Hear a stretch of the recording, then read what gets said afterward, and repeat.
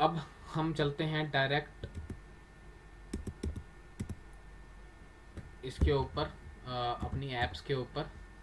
So let me remove, okay let me remove this things. अब हमारी app आ चुकी है यहाँ पे, ये लोकल होस्ट 3000 पे ये वर्क में है। Okay okay okay okay, run नहीं कर रखी ऐप, ज़रा मैं इसको रन कर लेता हूँ npm स्टार्ट करके। ठीक है जी, और हम इस पे जाते हैं और इसको भी रन कर लेते हैं npm स्टार्ट करके। So app crashed by in use, already in use, okay. So this is actually already in use. So this one app is working and one is not, so now all the app is working. So here this is our client app, these two things, these two tabs are our client app। तो इसके अंदर हमने क्या कर रखा है कि like here एक भी वो नहीं है, let me check is there any entry or not। so this is the recharges table, एक भी एंट्री नहीं है रिचार्ज टेबल के अंदर थर्ड पार्टी की। तो अब हमको एक इसके अंदर एंट्रीज वाली टेबल के अंदर भी चेक कर लेते हैं, इसके अंदर भी नहीं है एक भी एंट्री। तो अब हम क्या करते हैं कि हम इसके अंदर ना एक एंट्री जनरेट करते हैं, जैसे 1 2 3 4 5 6 7 8 9 10 होगा नहीं। तो और हम 100 रुपये का मान लो रिचार्ज करना है, इस नंबर पे 100 रुपये का रिचार्ज करना है, तो हम इसको करेंगे सबमिट।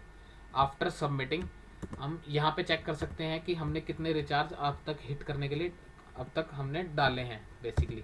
तो यहाँ पे आ गया कि इस नंबर का एक रिचार्ज हमने डाला है, 100 रुपये का डाला है, जिसका स्टेटस 0 है।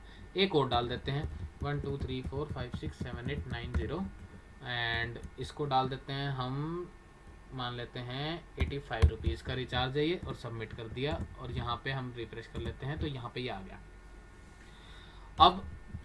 अब बात यह है कि हमने क्या कर रखा है कि ये थर्ड पार्टी का है, तो अब हम इसको कर देते हैं रिलोड। तो अभी ये थर्ड पार्टी का है, तो थर्ड पार्टी के अंदर देखो ये 2 के 2 आ गए हमारे पास रिचार्ज के लिए, क्योंकि हमने क्या कर रखा है कि हमने जैसे ही हम रिचार्ज करते हैं तो हमने थर्ड पार्टी की एक एपीआई हिट कर रखी है।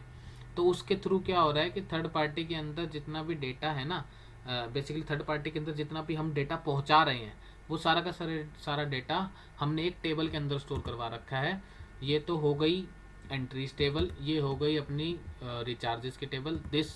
ये वाली जो टेबल अभी जो ये जो टेबल है, ये जो टेबल है, ये टेबल है थर्ड पार्टी की टेबल, और ये वाली जो टेबल है, ये वाली टेबल है हमारी टेबल, बेसिकली क्लाइंट की टेबल। तो ये सर्वर की टेबल है, ये क्लाइंट की टेबल है। तो क्लाइंट वाली टेबल में देखो ये 2 आईडी है और 3 आईडी है, और यहाँ पे देखो आईडी 5 है और 6 है, लेकिन हमने यहाँ पे योर आईडी सेव करवा रखा है 2 और 3, ताकि जब हम रिस्पॉन्स जब हम इसका हिट करेंगे वेबहुक या बेसिकली कॉलबैक जब हम हिट करेंगे, तो यहाँ पे हमारे पास ये अपडेट भी होना चाहिए। तो अब इसको अपडेट करने के लिए हमने यहाँ पे एक और टैब खोलना पड़ेगा बेसिकली, जिसके अंदर हमने इसका राउट बना रखा है local host 3005 with, sorry this is the, तो ये है। तो अब हमने डन पे क्या कर रखा है कि हमने सक्सेस कर रखा है इस चीज़ को। तो मैं अभी क्या करता हूँ, मैं ये वाले को 1 2 3 4 5 6 7 8 9 0 वाले को डन करता हूँ। तो ये मैंने सक्सेस कर दिया, देखो यहाँ पे 1 भी हो गया है। ये एक्चुअली क्या उसी की उसी टाइम रिलोड करवा रखे पेज को, तो इसलिए ये उसी टाइम दिख रहा है आपको कि ये 1 हो गया है। अब यहाँ पे हमारे पास 1 हुआ या नहीं हुआ, बिकॉज चेक करते हैं, देखो यस इट्स वर्किंग, देख रहे हो कि यहाँ पे भी 1 हो गया। तो यही फंक्शनैलिटी होती है कॉल बैक की या फिर वेबहुक की, क्योंकि हमको बार बार एपीआई हिट नहीं करनी पड़ रही थर्ड पार्टी की ऐप से डेटा लाने के लिए। थर्ड पार्टी बोल रही है रुको, जैसे ही मैं अपडेट होऊंगी मैं तुमको अपने आप डेटा भेज दूंगी। This is what we call webhook.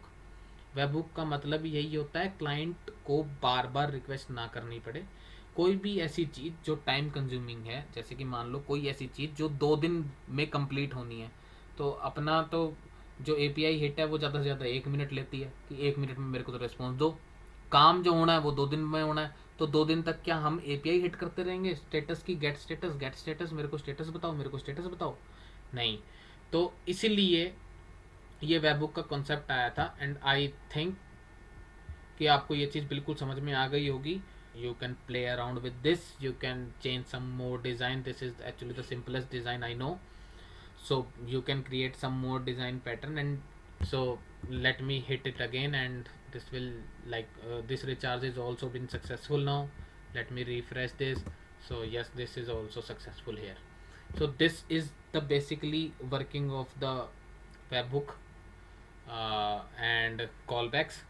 So I hope कि एक बेसिक फंडा जो है वो तो आपको क्लियर हो ही गया होगा, और बाकी जो चीज़ें होंगी वो आप कोड पढ़ के इजीली समझ लेंगे. वैसे तो मैंने कोड को एक बार तो गो थ्रू कर ही दिया है, ताकि आपको पता लग जाए कि ये कोड क्या कर रहा है और ये कोड क्या कर रहा है. सो so this is it for this video, and thank you guys, thank you for hanging with me so long. uh, if you want these kind of content more, then please hit the subscribe button and press the bell icon, and please like my videos so that I can be more motivated and share with you more videos.